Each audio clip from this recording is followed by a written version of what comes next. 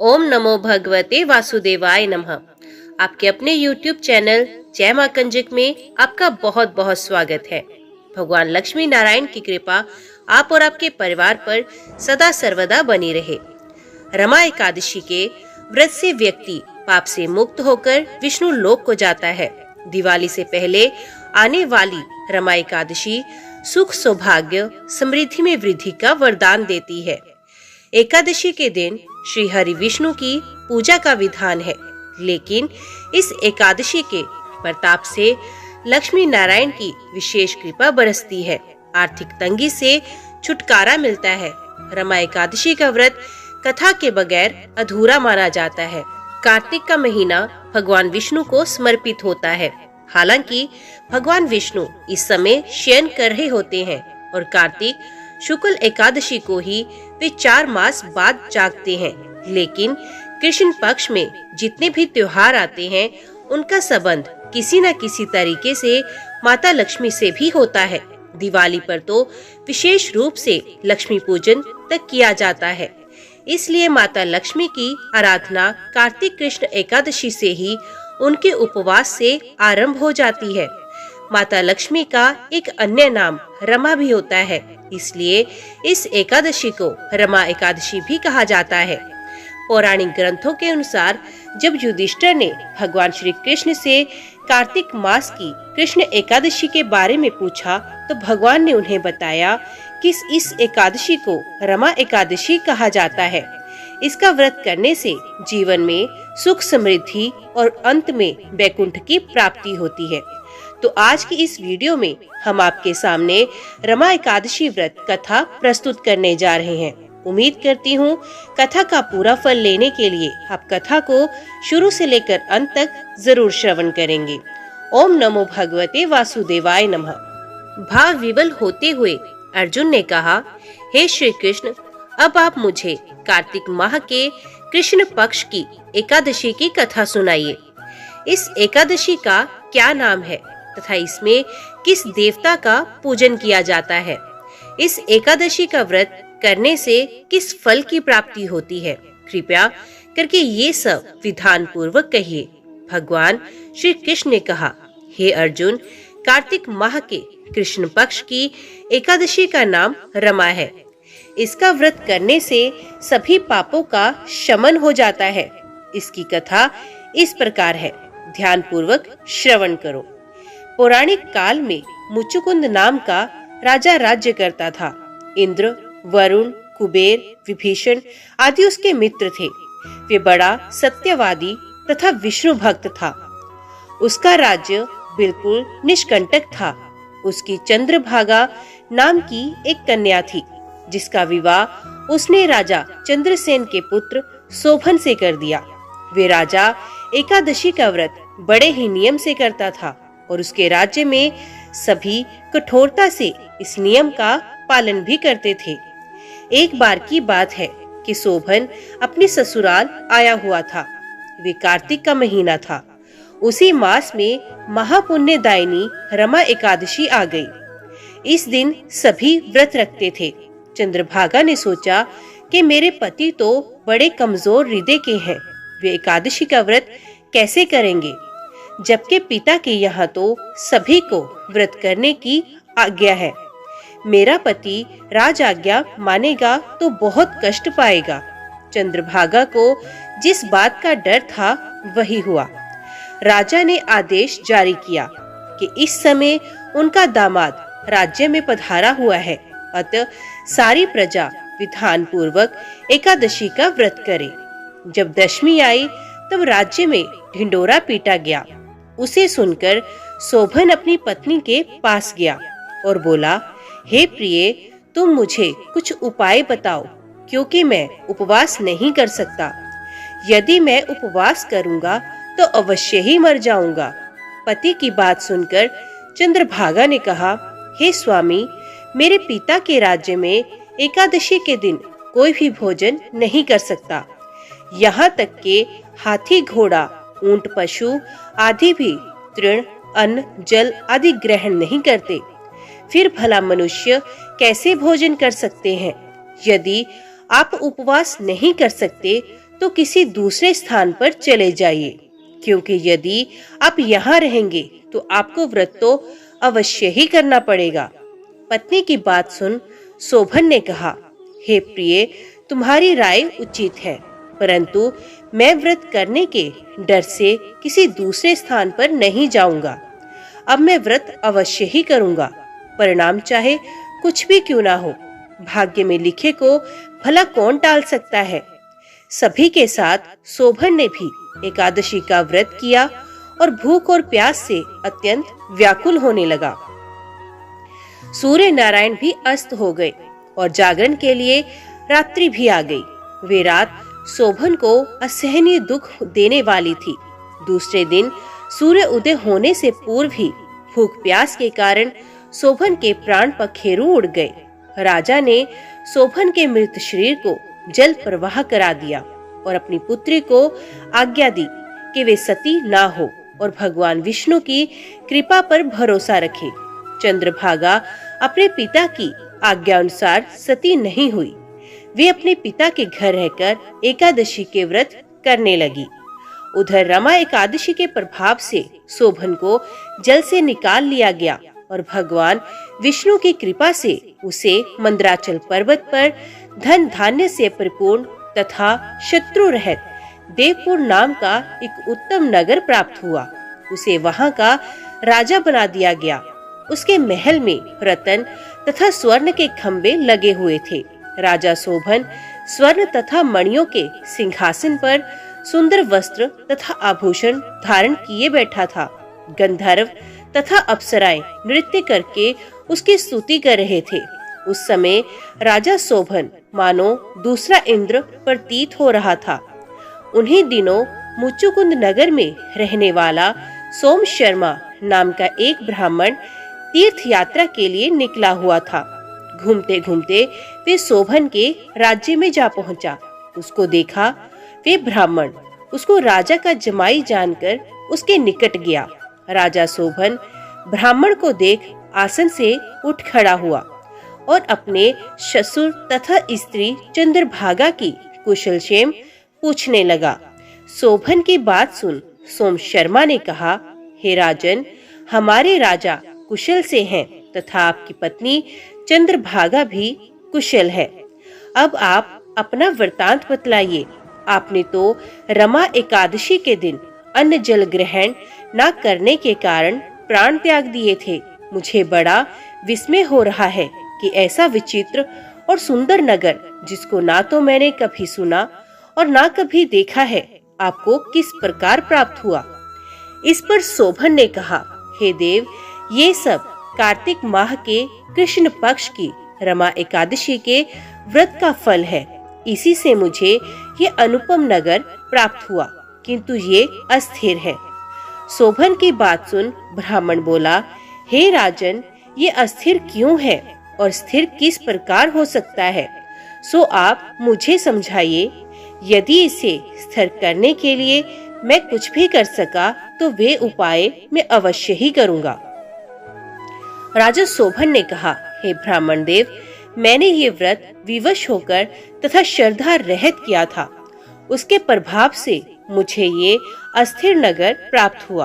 परंतु यदि तुम इस वृतांत को राजा मुचुकुंद की पुत्री चंद्रभागा पे कहोगे तो वे इसको स्थिर बना सकती है। राजा शोभन की बात सुनकर ब्राह्मण अपने नगर को लौट आया और उसने चंद्रभागा से सारा वृतांत कह सुनाया। इस पर राजकन्या चंद्रभागा बोली, हे ब्राह्मण देव, आप क्या वे सब दृश्य प्रत्यक्ष देखकर आए हैं या आपका स्वप्न है।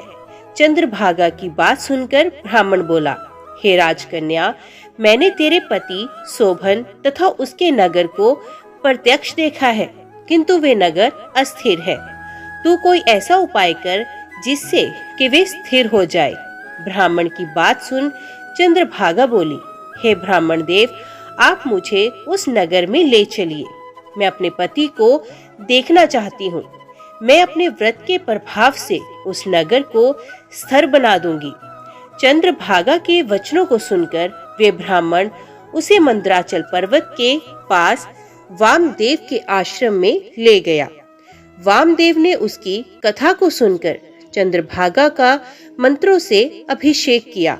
चंद्रभागा मंत्रों तथा व्रत के प्रभाव से दिव्य देह का धारण करके पति के पास गई। शोभन ने अपनी पत्नी चंद्रभागा को देखकर उसे प्रसन्नता पूर्वक आसन पर अपने पास बिठा लिया। चंद्रभागा ने कहा, हे स्वामी, अब आप मेरे पुण्य को सुनिए। अब मैं अपने पिता के घर में 8 वर्ष की थी, तभी से मैं सविधि एकादशी का व्रत कर रही हूँ। उन्हीं व्रतों के प्रभाव से आपका ये नगर स्थिर हो जाएगा और सभी कर्मों से परिपूर्ण होकर परले के अंत तक स्थिर रहेगा। चंद्रभागा दिव्य स्वरूप धारण करके तथा दिव्य वस्त्र अलंकारों से सजकर अपने पति को साथ सुखपूर्वक रहने लगी। हे अर्जुन, ये मैंने रमा एकादशी का महात्म्य कहा है। जो मनुष्य रमा एकादशी के व्रत को करते हैं उनके सभी पाप नष्ट हो जाते हैं। जो मनुष्य रमा एकादशी का महात्म्य सुनते हैं वे अंत समय में विष्णु लोक को जाते हैं। भगवान श्री हरि विष्णु बड़े ही दयालु और क्षमावान हैं। श्रद्धा पूर्वक या विवश होकर भी यदि कोई उनका पूजन या एकादशी का व्रत करता है तो वे उसे उत्तम फल प्रदान करते हैं। परंतु मनुष्य को चाहिए कि वे भगवान का पूजन पूरी श्रद्धा से करे। शोभन अपनी पत्नी द्वारा श्रद्धा पूर्वक किए गए एकादशी व्रतों के कारण अपने राज्य को स्थिर कर सका। ऐसी सुकर्मा पत्नी भगवान श्री हरि की कृपा से ही प्राप्त हो सकती है। ओम नमो भगवते वासुदेवाय नमः। एक अन्य पौराणिक कथा के अनुसार नर्मदा के तट पर गालव ऋषि का अति शोभायमान आश्रम था। गालव का भद्रशील नाम का एक पुत्र था जो विष्णु जी का परम भक्त था। वे बालकों के साथ भगवान की मूर्ति बनाकर पूजन किया करता था। साथ ही बालकों को उपदेश भी दिया करता था कि वे भी भगवान का पूजन करें तथा एकादशी का व्रत रखें। बालक भी उसका उपदेश सुनकर वैसे ही किया करते थे। अपने पुत्र के चरित्र को देखकर एक समय उसके पिता गालव ऋषि ने उससे पूछा कि भद्रशील, तुम सदैव भगवान विष्णु की पूजा में लगे रहते हो, ये उपदेश तुमको किसने दिया? ये बात सुनकर भद्रशील कहने लगा कि पिताजी, मैं आपको अपने पूर्व जन्म का वृत्तांत सुनाता हूँ। पहले जन्म में मेरा जन्म चंद्र वंश में हुआ था। कर्म कीर्ति मेरा नाम था। दत्तात्रेय जी से मैंने शिक्षा दीक्षा ग्रहण की। मैंने 1000 वर्ष तक राज्य किया। उस काल में मैंने अनेक धर्म तथा पाप के कर्म भी किए, परंतु देववश मैं बुरी संगत में पड़ गया और वेद मार्ग छोड़कर पाखंड मार्ग पर चल पड़ा। मेरे इन आचरणों को देखकर प्रजा भी पाप के कर्म करने लगी। इस प्रकार धर्म शास्त्रों के कथा अनुसार प्रजा के पाप का 6ठा भाग मुझको भी मिलने लगा। एक दिन हम शिकार खेलने के लिए वन में गए, अतएव सारे दिन भूखे प्यासे ही रहे। खाने को कुछ भी नहीं मिला। घूमते फिरते हम मार्ग भी भटक गए और शाम को नर्मदा नदी के किनारे पर पहुंच गए। उस दिन एकादशी का व्रत होने के कारण वहां पर एकत्रित अनेक वैष्णव भगवान का कीर्तन कर रहे थे। मैं भी भूखा प्यासा रहकर रात भर वहीं पर पड़ा रहा, मगर प्रातःकाल होते ही भूख प्यास से दुखी होकर मेरे प्राण निकल गए। उसी समय यमराज के दूत मुझको पापी समझकर मारते पीटते यमराज के पास ले गए। यमराज ने चित्रगुप्त से मेरे सब पाप और पुण्य का लेखा मांगा। तब चित्रगुप्त ने विचार कर कहा, इसने एकादशी का व्रत किया था, उसकी से इसके प्राण निकल गए, इस कारण इसके समस्त पाप नष्ट हो गए हैं। ये सुनकर यमराज तत्काल अपने सिंहासन से उठकर खड़े हो गए और हाथ जोड़कर मुझसे बोले कि क्षमा करना, हमसे भूल हो गई। साथ ही मुझको नमस्कार भी किया। फिर अपने दूतों को धमकाकर कहने लगे, जो मनुष्य भगवान के नामों का जाप करता है उसको कभी हमारे पास मत लेके आओ। किसी अनजाने में भी एकादशी का व्रत किया हो उसको भी हमारे पास लाने की आवश्यकता नहीं है। इसके बाद यमराज ने मेरा पूजन किया और फिर मुझे सुंदर विमान में बिठाकर विष्णु लोक को भेजा। हजारों वर्ष तक इंद्रलोक साथ विष्णु लोक में रहने के पश्चात अब फिर मैंने यहाँ पर जन्म लिया है। जो कोई इस कथा को पढ़ता अथवा सुनता है उसके सभी पाप नष्ट हो जाते हैं।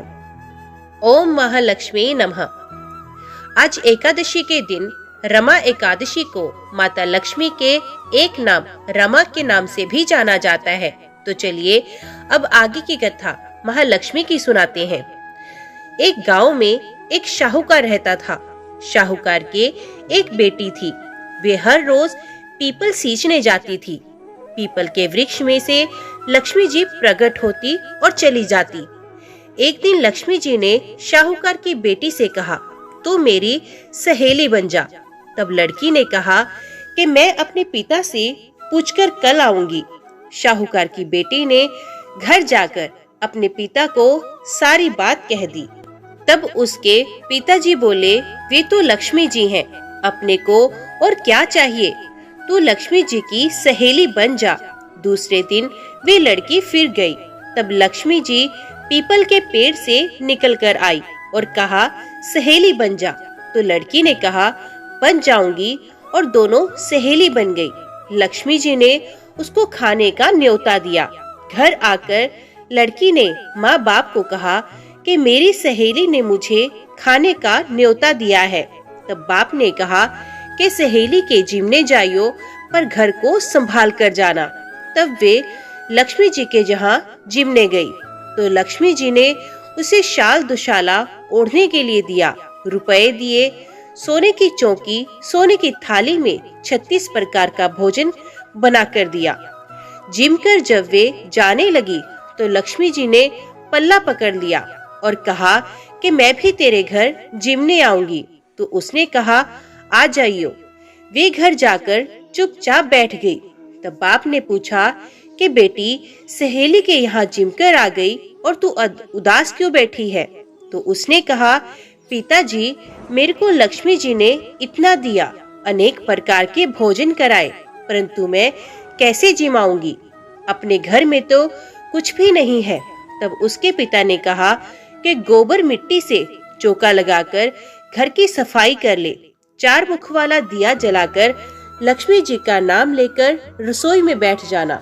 लड़की सफाई करके लड्डू लेकर बैठ गई। उसी समय एक रानी नहा रही थी। उसका 9 लखा हार चील उठाकर ले गई।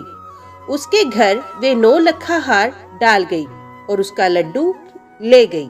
बाद में वे हार को तोड़कर बाजार में गई और सामान लाने लगी तो सुनार ने पूछा, क्या चाहिए?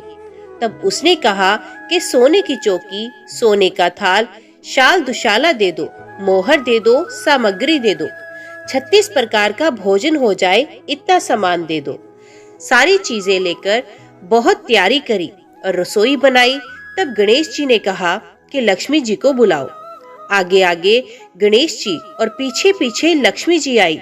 उसने फिर चौकी डाल दी और कहा, सहेली, चौकी पर बैठ जा। जब लक्ष्मी जी ने कहा, सहेली, चौकी पर तो राजा रानी के भी नहीं बैठी, किसी के भी नहीं बैठी, तो उसने कहा, मेरे यहाँ तो बैठना पड़ेगा। फिर लक्ष्मी जी चौकी पर बैठ गई। तब उसने बहुत खातिर की। जैसे लक्ष्मी जी ने करी थी वैसे ही उसने करी। लक्ष्मी जी उस पर खुश हो गई। घर में खूब रुपया एवं लक्ष्मी हो गई। शाहूकार की बेटी ने कहा, मैं अभी आ रही हूँ, तुम यहीं बैठी रहना। और वे चली गई। लक्ष्मी जी नहीं गई और चौकी पर बैठी रही। उसको बहुत दौलत दी। हे लक्ष्मी जी, जैसा तुमने शाहूकार की बेटी को दिया वैसा सबको देना। कथा कहने वाले, सुनने वाले, हुंकार भरते अपने सारे परिवार को देना। पीहर में देना, ससुराल में देना, बेटे पोते को देना। हे लक्ष्मी माता, सबका कष्ट दूर करना, दरिद्रता दूर करना, सबकी मनोकामना पूर्ण करना। ये थी माता लक्ष्मी की कहानी। उम्मीद करती हूँ वीडियो आपको पसंद आई होगी। वीडियो पसंद आई हो तो वीडियो को लाइक और चैनल को सब्सक्राइब जरूर कीजिएगा। जय माँ लक्ष्मी लिखकर कमेंट बॉक्स में अपनी हाजिरी और अपने सुझाव देना ना भूलिएगा। तो मिलते हैं अगली कथा के साथ। तब तक के लिए देखते व सुनते रहिए। जय माँ कंजक, जय माता दी।